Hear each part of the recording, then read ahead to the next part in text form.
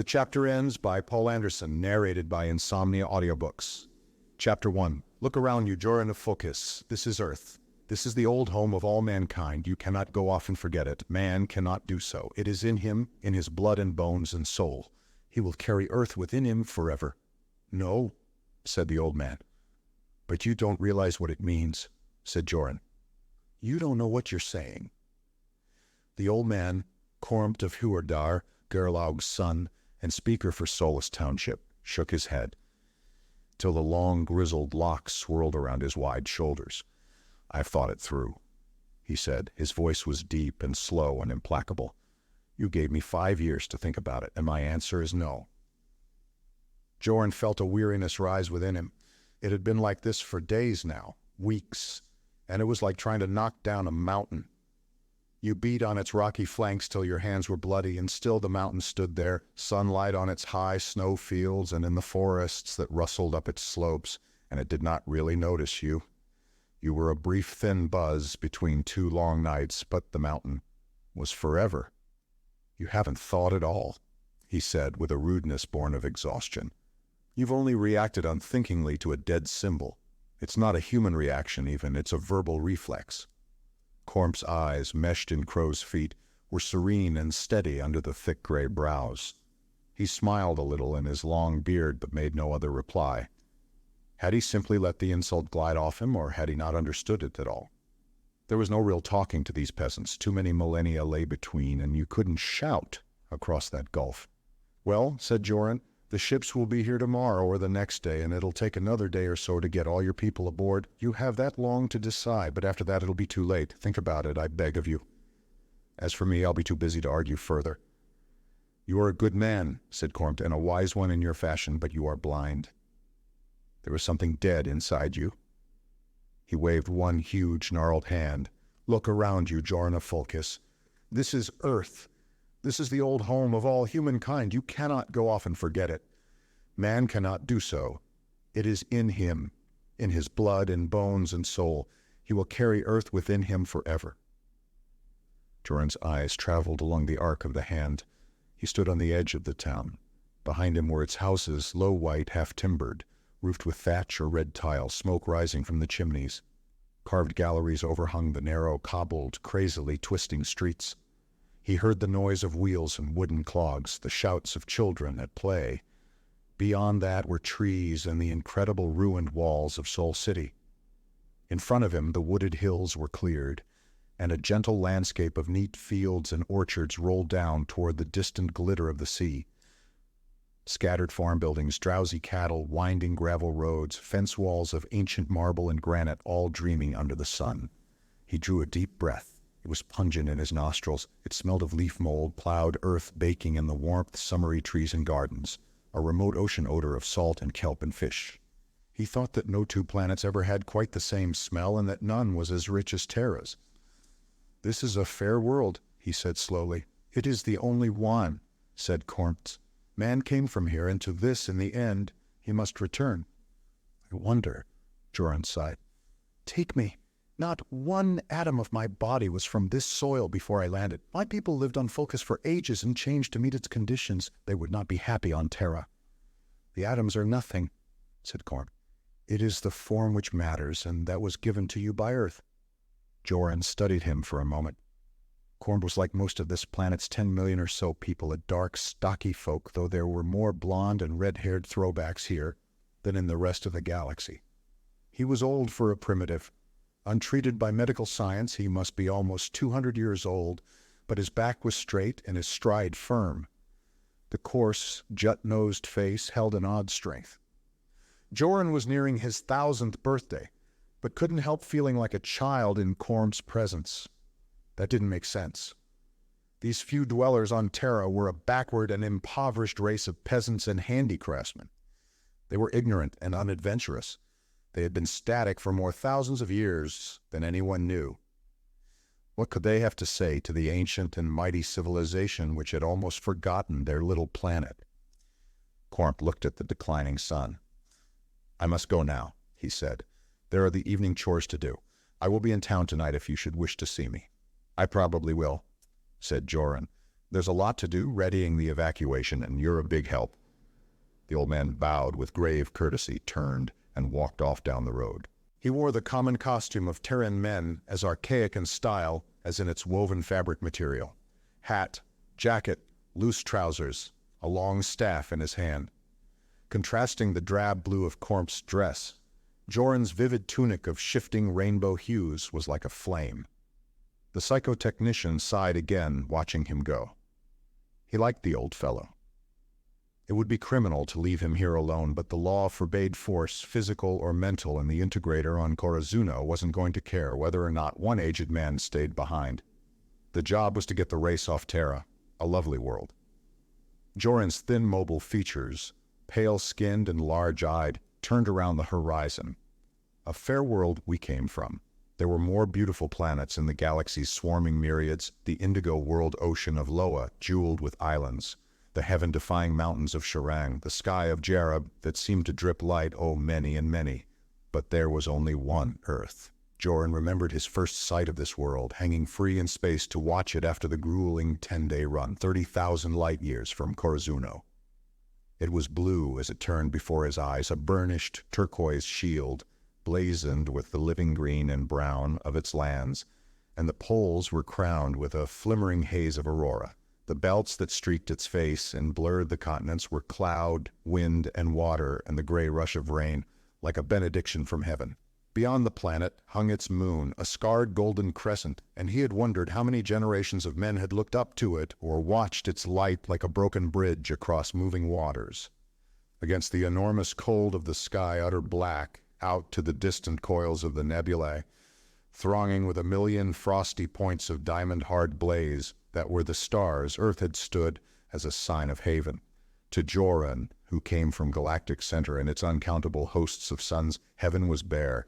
This was the outer fringe where the stars thinned away toward hideous immensity. He had shivered a little, drawn the envelope of air and warmth closer about him with a convulsive movement. The silence drummed in his head. Then he streaked for the North Pole rendezvous of his group. Well, he thought now, we have a pretty routine job. The first expedition here 5 years ago prepared the natives for the fact they'd have to go. Our party simply has to organize these docile peasants in time for the ships. But it had meant a lot of hard work, and he was tired. It would be good to finish the job and get back home. Or would it? He thought of flying with Zarek, his teammate, from the rendezvous to this area assigned as theirs. Plains like oceans of grass, wind-rippled, darkened with the herds of wild cattle whose hoofbeats were a thunder in the earth. Forests, hundreds of kilometers of old and mighty trees, rivers piercing them in a long steel gleam. Lakes where fish leaped, spilling sunshine like warm rain, radiance so bright it hurt his eyes, cloud shadows swift across the land. It had all been empty of man, but still there was a vitality here which was almost frightening to Joran. His own grim world of moors and crags and spindrift seas was a niggard beside this. Here life covered the earth, filled the oceans, and made the heavens clangorous around him. He wondered if the driving energy within man, the force which had raised him to the stars, made him half god and half demon, if that was a legacy of Terra. Well, man had changed. Over the thousands of years, natural and controlled adaptation had fitted him to the worlds he had colonized, and most of his many races could not now feel at home here. Joran thought of his own party, round, amber-skinned Chuli from a tropic world, complaining bitterly about the cold and dryness. Gay young Cluth, gangling and bulge-chested, sophisticated Tali Uvena of the flowing dark hair and the lustrous eyes. No, to them, Earth was only one more planet out of thousands they had seen in their long lives. And I'm a sentimental fool. Chapter 2. He could have willed the vague regret out of his trained nervous system, but he didn't want to. This was the last time human eyes would ever look on Earth, and somehow Joran felt that it should be more to him than just another psychotechnic job. "Hello, good sir." He turned at the voice and forced his tired lips into a friendly smile. "Hello, Julith," he said. There was a wise policy to learn the names of the townspeople at least, and she was a great-great-granddaughter of the speaker. She was some 13 or 14 years old, a freckle-faced child with a shy smile and steady green eyes. There was a certain awkward grace about her, and she seemed more imaginative than most of her stolid race. She curtsied quaintly for him, her bare foot reaching out under the long smock which was daily female dress here. "Are you busy, good sir?" she asked. "Well, not too much," said Joran. He was glad of a chance to talk. It silenced his thoughts. "What can I do for you?" "I wondered—" She hesitated, then breathlessly, "I wonder if you could give me a lift down to the beach. Only for an hour or two. It's too far to walk there before I have to be home, and I can't borrow a car or even a horse if it won't be any trouble, sir." Shouldn't you be at home now? Isn't there milking and so on to do?" "Oh, I don't live on a farm, good sir. My father is a baker." Yes, so he is. I should have remembered." Joran considered for an instant. There was enough to do in town, and it wasn't fair for him to play hooky while Zarek worked alone. "Why do you want to go to the beach, Julith?" "We'll be busy packing up," she said, "starting tomorrow, I guess. This is my last chance to see it." Joran's mouth twisted a little. "All right," he said, "I'll take you." "You are very kind, good sir," she said gravely. He didn't reply, but held out his arm, and she clasped it with one hand while her other arm gripped his waist. The generator inside his skull responded to his will, reaching out and clawing itself to the fabric of forces and energies which was physical space. They rose quietly and went so slowly seaward that he didn't have to raise a windscreen. "Will we be able to fly like this when we get to the stars?" she asked. "I'm afraid not, Julith," he said. "You see, the people of my civilization are born this way. Thousands of years ago, men learned how to control the great basic forces of the cosmos with only a small bit of energy. Finally, they used artificial mutation, that is, they changed themselves slowly over many generations until their brains grew a new part that could generate this controlling force. We can now even fly between the stars by this power, but your people don't have that brain, so we had to build spaceships to take you away." "I see," she said. "Your great-great-great-grandchildren can be like us if your people want to be changed thus," he said. "They didn't want to change before," she answered. "I don't think they'll do it now, even in their new home." Her voice held no bitterness. It was an acceptance. Privately, Joran doubted it. The psychic shock of this uprooting would be bound to destroy the old traditions of the Terrans. It would not take many centuries before they were culturally assimilated by galactic civilization. Assimilated, nice euphemism. Why not just say eaten? They landed on the beach. It was broad and white, running in dunes from the thin, harsh, salt-streaked grass to the roar and tumble of surf. The sun was low over the watery horizon, filling the damp, blowing air with gold. Joran could almost look directly at its huge disk. He sat down.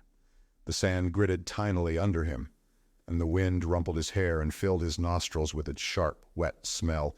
He picked up a conch and turned it over in his fingers, wondering at the intricate architecture of it. "If you hold it to your ear," said Julith, "you can hear the sea." Her childish voice was curiously tender around the rough syllables of Earth's language. He nodded and obeyed her hint. It was only the small pulse of blood within him. You heard the same thing out in the great hollow silence of space, but it did sing of restless immensities, wind and foam, and the long waves marching under the moon. "I have 2 of them myself," said Julith. "I want them so I can always remember this beach, and my children and their children will hold them too, and hear our sea talking." She folded his fingers around the shell. "You keep this one for yourself." "Thank you," he said. "I will." The combers rolled in, booming and spouting against the land. The Terrans called them the horses of God. A thin cloud in the west was turning rose and gold. "Are there oceans on our new planet?" asked Julith. "Yes," he said. "It's the most Earth-like world we could find that wasn't already inhabited. You'll be happy there. But the trees and grasses, the soil and the fruits thereof, the beasts of the field and the birds of the air and the fish of the waters beneath, form and color, smell and sound, taste and texture, everything is different, is alien. The difference is small, subtle, but it is the abyss of 2 billion years of separate evolution, and no other world can ever quite be Earth." Julith looked straight at him with solemn eyes. "Are you folk afraid of Holduvians?" she asked. "Why, no," he said. "Of course not." "Then why are you giving Earth to them?" It was a soft question, but it trembled just a little. "I thought all your people understood the reason by now," said Joran. "Civilization, the civilization of man and his non-human allies has moved inward, toward the great star clusters of galactic center. This part of space means nothing to us anymore. It's almost a desert. You haven't seen starlight till you've been by Sagittarius. Now the Holduvians are another civilization. They are not the least bit like us. They live on big poisonous worlds like Jupiter and Saturn. I think they would seem like pretty nice monsters if they weren't so alien to us that neither side can really understand the other. They use the cosmic energies too, but in a different way, and their way interferes with ours just as ours interferes with theirs. Different brains, you see. Anyway, it was decided that the two civilizations would get along best by just staying away from each other. If they divided up the galaxy between them, there would be no interference. It would be too far from one civilization to the other. The Holduvians were really very nice about it. They're willing to take the outer rim, even if there are fewer stars, and let us have the center. So by the agreement, we've got to have all men and man-like beings out of their territory before they come to settle it. Just as they'll move out of ours, their colonists won't be coming to Jupiter and Saturn for centuries yet. But even so, we have to clear the Sirius sector now because there'll be a lot of work to do elsewhere. Fortunately, there are only a few people living in this whole part of space. The Sirius sector has been an isolated, premier quiet region since the First Empire fell 50,000 years ago. Julith's voice rose a little. But those people are us, and the folk of Alpha Centauri and Procyon and Sirius and, hundreds of other stars. Yet all of you together are only one tiny drop in the quadrillions of the galaxy. Don't you see, Julith? You have to move for the good of all of us. Yes, she said. Yes, I know all that. She got up, shaking herself. Well, let's go swimming. Joran smiled and shook his head. No. I'll wait for you if you want to go. She nodded and ran off down the beach, sheltering behind a dune to put on a bathing suit. The Terrans had a nudity taboo, in spite of the mild interglacial climate. Typical primitive irrationality. Joran lay back, folding his arms behind his head, and looked up at the darkening sky. The evening star twinkled forth, low and white on the dusk-blue horizon. Venus, or was it Mercury? He wasn't sure. He wished he knew more about the early history of the solar system. The first men to ride their thunderous rockets out to die on unknown hell worlds, the first clumsy steps toward the stars. He could look it up in the archives of Corazuno, but he knew he never would. Too much else to do, too much to remember. Probably less than 1% of mankind's throngs even knew where Earth was today, though for a while it had been quite a tourist center. But that was perhaps 30,000 years ago. Because this world, out of all the billions, has certain physical characteristics, he thought, my race has made them into standards. Our basic units of length and time and acceleration, our comparisons by which we classify the swarming planets of the galaxy, they all go back ultimately to Earth. We bear that unspoken memorial to our birthplace within our whole civilization and will bear it forever. But has she given us more than that? Are our own selves bodies and minds and dreams? Are they also the children of Earth? Now he was thinking like Cormt, stubborn old Cormt, who clung with such a blind strength to this land simply because it was his. When you considered all the races of this wander-footed species, how many of them there were, how many kinds of man between the stars. And yet they all walked upright. They all had 2 eyes and a nose between and a mouth below. They were all cells of that great and ancient culture which had begun here, eons past, with the first hairy half-man who kindled a fire against night. If Earth had not had darkness and cold and prowling beasts, oxygen and cellulose and flint, that culture might never have gestated. I'm getting unlogical, too tired, nerves worn too thin, psychosomatic control slipping. Now Earth is becoming some obscure mother symbol for me, or has she always been one for the whole race of us? A seagull cried harshly overhead and soared from view. The sunset was smoldering away and dusk rose like fog out of the ground. Julith came running back to him, her face indistinct in the gloom. She was breathing hard, and he couldn't tell if the catch in her voice was laughter or weeping. I'd better be getting home, she said. Chapter 3. They flew slowly back. The town was a yellow twinkle of lights, warmth gleaming from windows across many empty kilometers. Jorn set the girl down outside her home. Thank you, good sir, she said, curtsying. Won't you come in to dinner? Well. The door opened, etching the girl black against the ruddiness inside. Jorn's luminous tunic made him like a torch in the dark. "Why, it's the Starman," said a woman's voice. "I took your daughter for a swim," he explained. "I hope you don't mind." "And if we did, what would it matter?" grumbled a bass tone. Joran recognized Cormt. The old man must have come as a guest from his farm on the outskirts. "What could we do about it?" "Now, Granther, that's no way to talk to the gentleman," said the woman. "He's been very kind. Won't you come eat with us, good sir?" Joran refused twice, in case they were only being polite, then accepted gladly enough. He was tired of cookery at the inn where he and Zarek boarded. "Thank you." He entered, ducking under the low door. A single long, smoky raftered room was kitchen, dining room, and parlor. Doors led off to the sleeping quarters. It was furnished with a clumsy elegance, skin rugs, oak wainscoting, carved pillars, glowing ornaments of hammered copper. A radium clock, which must be incredibly old, stood on the stone mantel above a snapping fire. A chemical-powered gun, obviously of local manufacture, hung over it. Julith's parents, a plain, quiet peasant couple, conducted him to the end of the wooden table, while half a dozen children watched him with large eyes. The younger children were the only Terrans who seemed to find this removal an adventure. The meal was good and plentiful. Meat, vegetables, bread, beer, milk, ice cream, coffee, all of it from the farms hereabouts. There wasn't much trade between the few thousand communities of Earth. They were practically self-sufficient. The company ate in silence, as was the custom here. When they were finished, Joran wanted to go, but it would have been rude to leave immediately. He went over to a chair by the fireplace, across from the one in which Cormt sprawled. The old man took out a big bowled pipe and began stuffing it. Shadows wove across his seamed brown face. His eyes were agleam out of darkness. "I'll go down to City Hall with you soon," he said. "I imagine that's where the work is going on." "Yes," said Joran, "I can relieve Zarek at it. I'd appreciate it if you did come, good sir. Your influence is very steadying on these people." "It should be," said Cormt. "I have been their speaker for almost 100 years, and my father Gerlog was before me, and his father Cormt was before him." He took a brand from the fire and held it over his pipe, puffing hard, looking up at Joran through tangled brows. "Who was your great-grandfather?" "Why, I don't know. I imagine he's still alive somewhere, but I thought so. No marriage, no family, no home, no tradition." Cormt shook his massive head slowly. "I pity you galactics." "Now please, good sir, damn it all, the old clodhopper could get as irritating as a faulty computer. We have records that go back to before man left this planet, records of everything. It is you who have forgotten."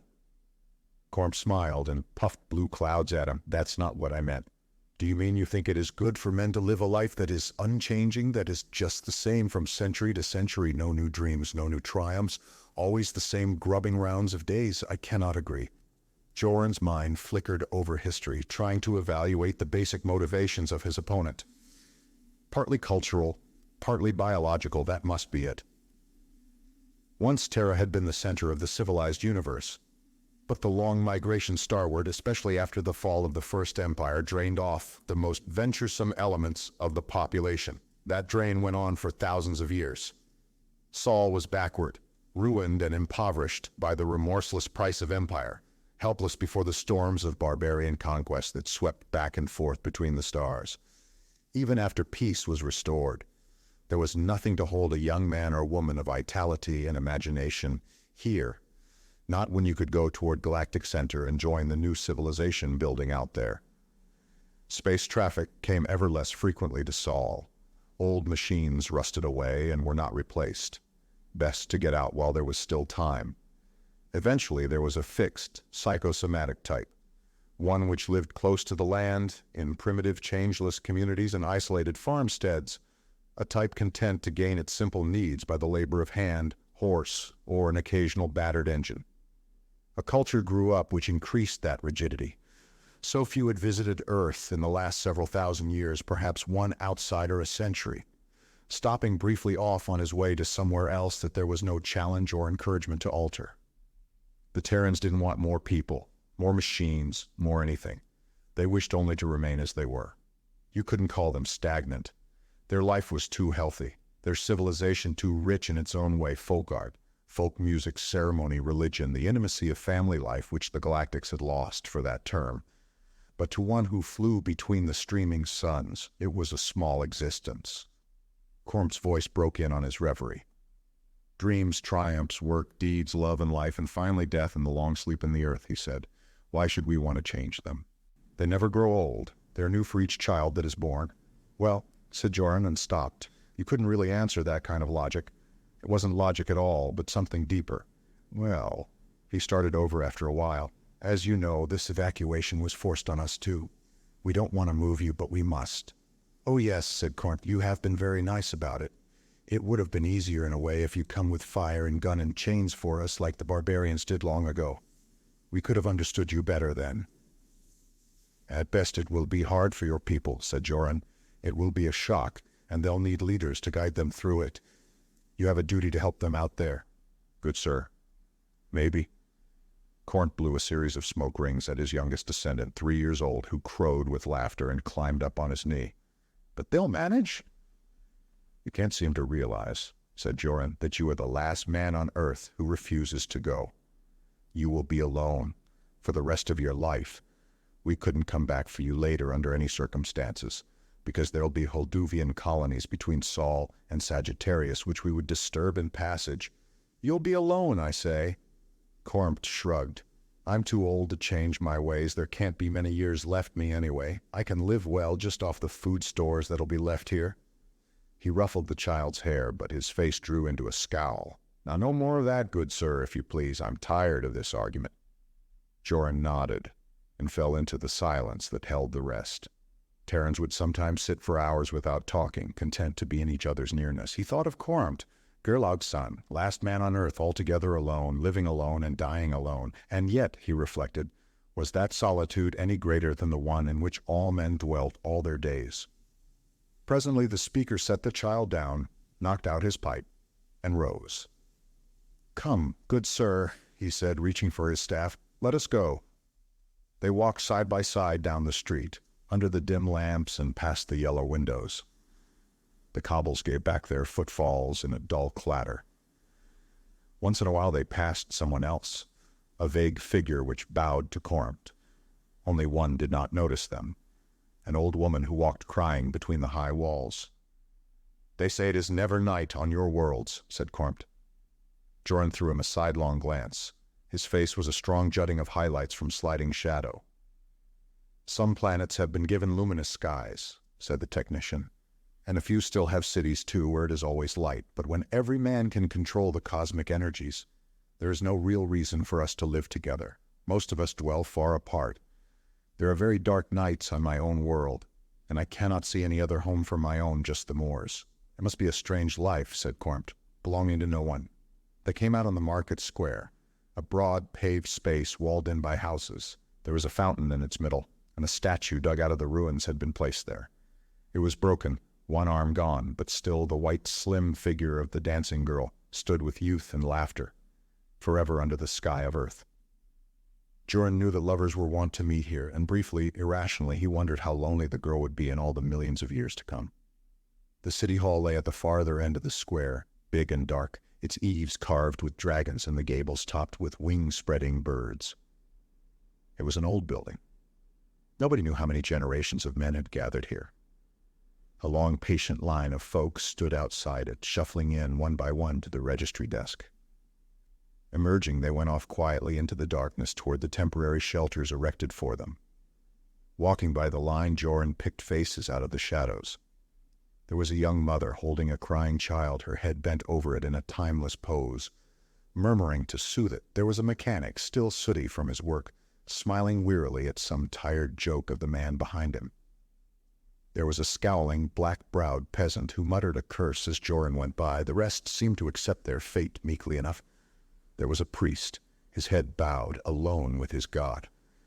There was a younger man, his hands clenching and unclenching, big helpless hands, and Joran heard him saying to someone else, "If they could have waited till after harvest. I hate to let good grain stand in the field." Joran went into the main room, toward the desk at the head of the line. Hulking, hairless Zarek was patiently questioning each of the hundreds who came hat in hand before him. Name, age, sex, occupation, dependence, special needs or desires. He punches the answers out on the recorder machine. 500,000 lives were held in its electronic memory. "Oh, there you are," his bass rumbled. "Where have you been?" "I had to do some consi work," said Joran. That was a private code term, among others. Consi, conciliation, Anything to make the evacuation go smoothly. Sorry to be so late. I'll take over now. All right. I think we can wind the whole thing up by midnight. Zarek smiled at Cormt. Glad you came, good sir. There are a few people I'd like you to talk to. He gestured at half a dozen seated in the rear of the room. Certain complaints were best handled by native leaders. Cormt nodded and strode over to the folk. Joran heard a man begin some long-winded explanation. He wanted to take his own plow along. He'd made it himself, and there was no better plow in the universe, but the Starman said there wouldn't be room. They'll furnish us with all the stuff we need, son, said Cormt. But it's my plow, said the man. His fingers twisted his cap. Cormt sat down and began soothing him. The head of the line waited a few meters off while Joran took Zarek's place. Been a long grind, said the latter. About done now, though, and will I be glad to see the last of this planet? I don't know, said Joran. It's a lovely world. I don't think I've ever seen a more beautiful one. Zarek snorted. Me for Thonvar, I can't wait to sit on the terrace by the Scarlet Sea, fern trees and red grass all around, a glass of oil in my hand, and the crystal geysers in front of me. You're a funny one, Joran. The Fulkesian shrugged slender shoulders. Zarek clapped him on the back and went out for supper and sleep. Joran beckoned to the next Terran and settled down to the long, almost mindless routine of registration. He was interrupted once by Cormt, who yawned mightily and bade him good night. Otherwise, it was a steady, half-conscious interval in which one anonymous face after another passed by.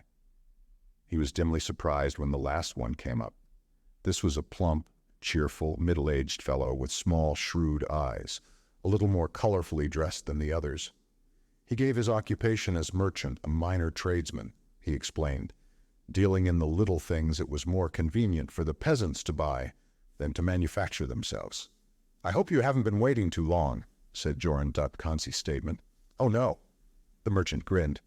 I knew those dumb farmers would be here for hours, so I just went to bed and got up half an hour ago when it was about over. Clever.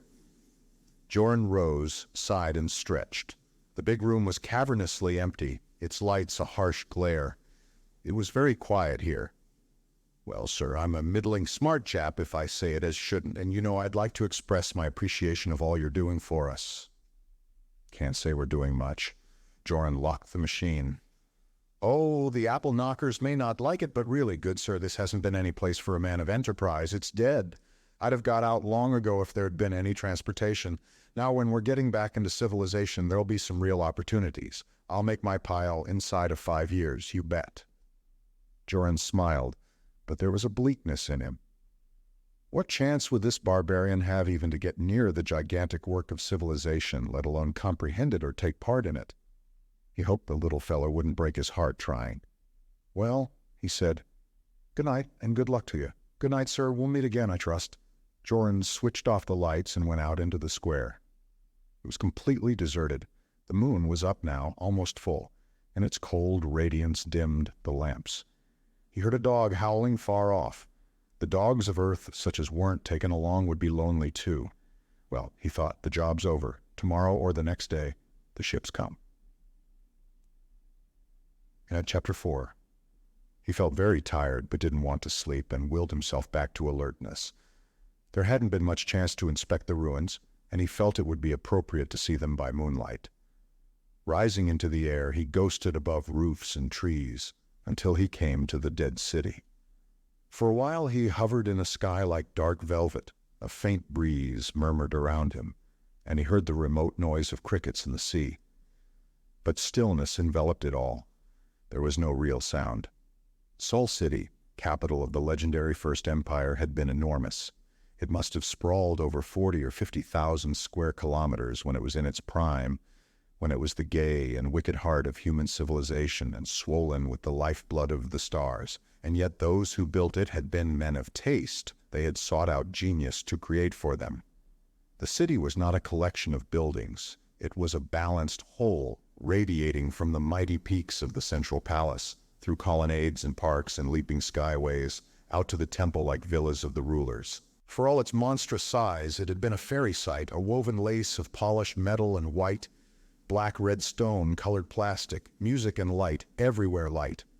Bombarded from space, sacked again and again by the barbarian hordes who swarmed maggot-like through the bones of the slain empire. Weathered, shaken by the slow sliding of Earth's crust, pried apart by patient, delicate roots, dug over by hundreds of generations of archaeologists, treasure seekers, the idly curious, made a quarry of metal and stone for the ignorant peasants who finally huddled about it.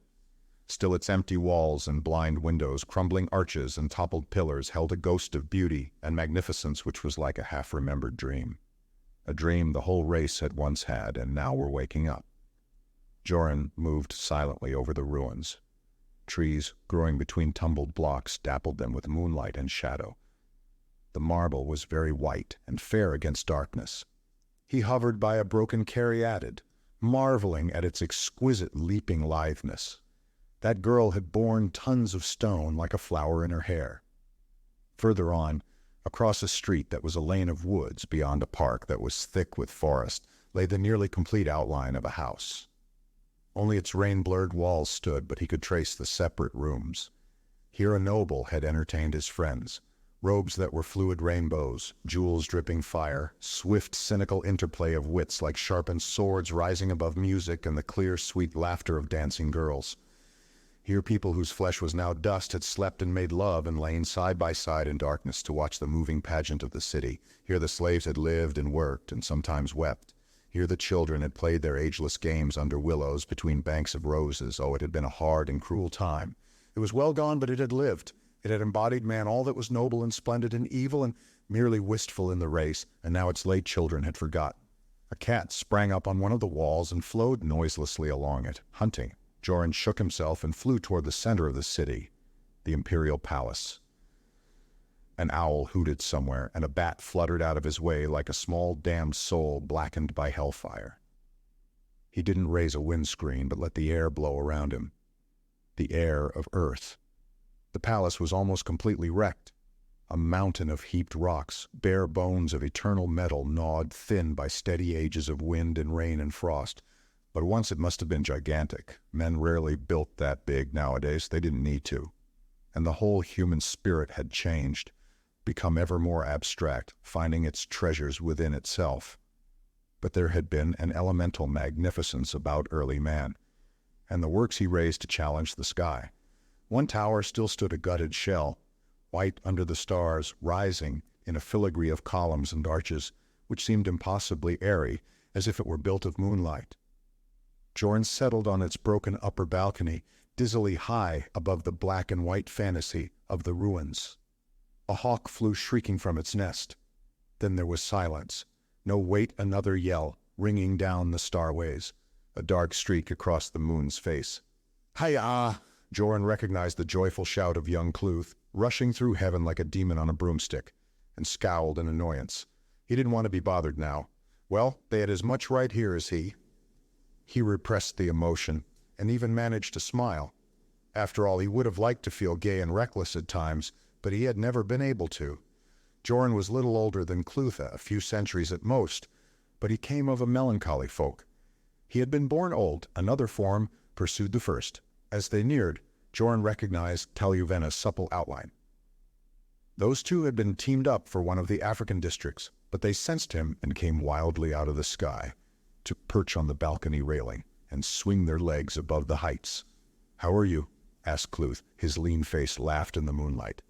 Ooh, what a flight." "I'm all right," said Joran. "You threw in your sector."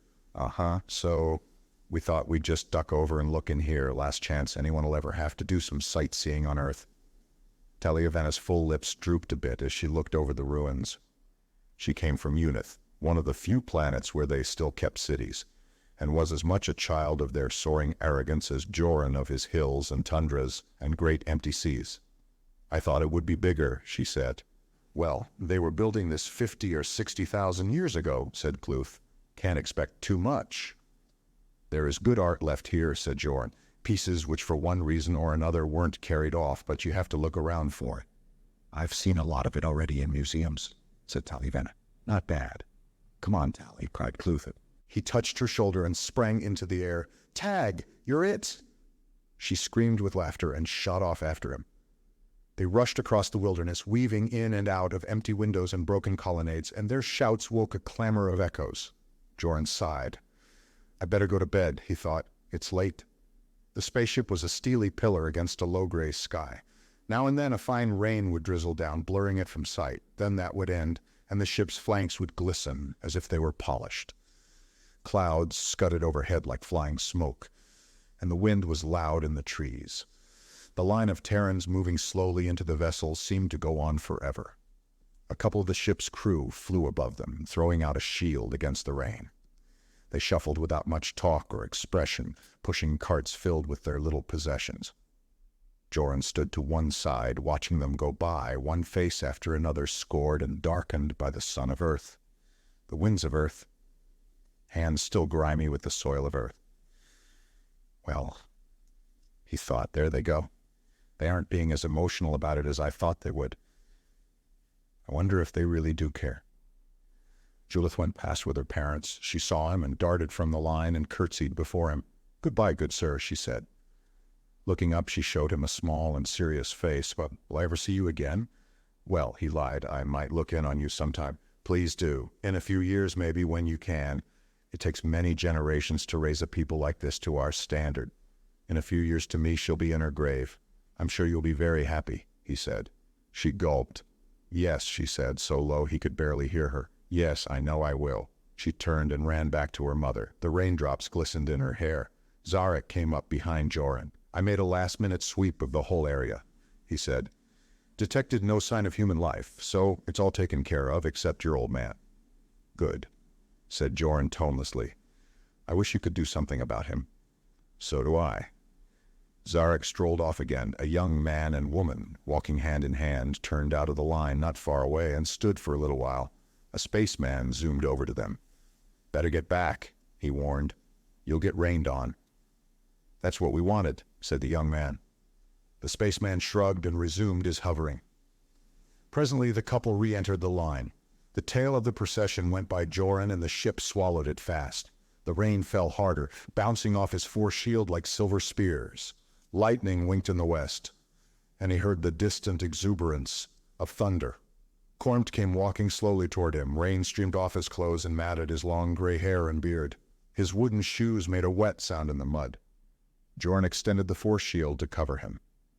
"I hope you've changed your mind," said the Folkesian. "No, I haven't," said Cormt. "I just stayed away till everybody was aboard. Don't like goodbyes." "You don't know what you're doing," said Joran for the 1000th time. "It's plain madness to stay here alone." "I told you I don't like goodbyes," said Cormt harshly. "I have to go advise the captain of the ship," said Joran. "You have maybe half an hour before she lifts. Nobody will laugh at you for changing your mind." "I won't," Cormt smiled without warmth. "You people are the future, I guess. Why can't you leave the past alone? I'm the past." He looked toward the far hills hidden by the noisy rain. "I like it here, Galactic. That should be enough for you." "Well then." Joran held out his hand in the archaic gesture of Earth. "Goodbye." "Goodbye." Cormt took the hand with a brief, indifferent clasp. Then he turned and walked off toward the village. Joran watched him till he was out of sight. The technician paused in the airlock door, looking over the gray landscape and the village from whose chimneys no smoke rose. "Farewell, my mother," he thought, and then, surprising himself, maybe Cormt is doing the right thing after all. He entered the ship and the door closed behind him. Toward evening, the clouds lifted and the sky showed a clear, pale blue, as if it had been washed clean, and the grass and leaves glistened. Cormt came out of the house to watch the sunset. It was a good one, all flame and gold. A pity little Julith wasn't here to see it. She'd always liked sunsets, but Julith was so far away now that if she sent a call to him, calling with the speed of light, it would not come before he was dead. Nothing would come to him. Not ever again. He tamped his pipe with a horny thumb and lit it and drew a deep cloud into his lungs. Hands in pockets, he strolled down the wet streets. The sound of his clogs was unexpectedly loud. "Well, son," he thought, "now you got a whole world all to yourself. To do it just as you like. You're the richest man who ever lived. There was no problem in keeping alive. There. Enough food of all kinds was stored in the town's freeze vault to support 100 men for the 10 or 20 years remaining to him. But he'd want to stay busy. He could maybe keep 3 farms from going to seed watch over fields and orchards and livestock. Repair the buildings, dust and wash and light up in the evening. A man ought to keep busy. He came to the end of the street where it turned into a graveled road winding up toward a high hill and followed that. Dusk was creeping over the fields. The sea was a metal streak very far away, and a few early stars blinked forth. A wind was springing up, a soft, murmurous wind that talked in the trees. But how quiet things were. On top of the hill stood the chapel, a small steepled building of ancient stone. He let himself in the gate and walked around to the graveyard behind. There were many of the demure white tombstones, thousands of years of soulless township men and women who had lived and worked and begotten, laughed and wept and died. Someone had put a wreath on one grave only this morning. It brushed against his leg as he went by. Tomorrow it would be withered, and weeds would start to grow. He'd have to tend the chapel yard, too. Only fitting. He found his family plot and stood with feet spread apart, fists on hips, smoking and looking down at the markers Gerlach Kormp's son, Tarna Huan's daughter. These 100 years had they lain in the earth. Hello, Dad. Hello, Mother. His fingers reached out and stroked the headstone of his wife, and so many of his children were here, too. Sometimes he found it hard to believe that tall Gerlach and laughing Stam and shy, gentle Huan were gone. He'd outlived too many people. I had to stay, he thought. This is my land, I am of it, and I couldn't go. Someone had to stay and keep the land, if only for a little while. I can give it 10 more years before the force comes and takes it. Darkness grew around him. The woods beyond the hill loomed like a wall. Once he started violently. He thought he heard a child cry. No, only a bird. He cursed himself for the senseless pounding of his heart. Gloomy place here, he thought. Better get back to the house. He groped slowly out of the yard toward the road.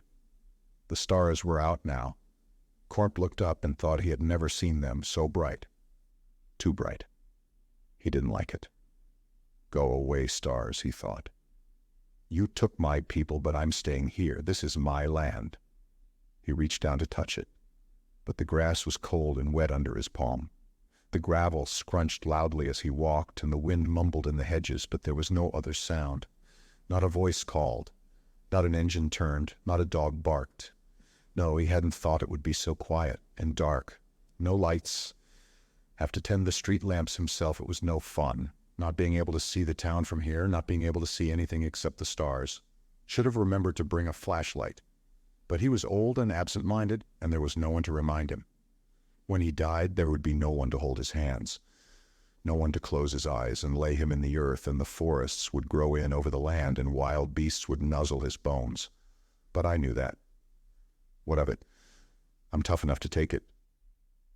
The stars flashed and flashed above him. Looking up, against his own will, Kormp saw how bright they were, how bright and quiet, and how very far away. He was seeing light that had left its home before he was born. He stopped, sucking in his breath between his teeth. He whispered, this was his land. This was Earth, the home of man. It was his and he was its. This was the land, and not a single dust mote crazily reeling and spinning through an endlessness of dark and silence, cold and immensity. Earth could not be so alone. The last man alive. The last man in all the world. He screamed then and began to run. His feet clattered loud on the road. The small sound was quickly swallowed by silence, and he covered his face against the relentless blaze of the stars. But there was no place to run to, no place at all.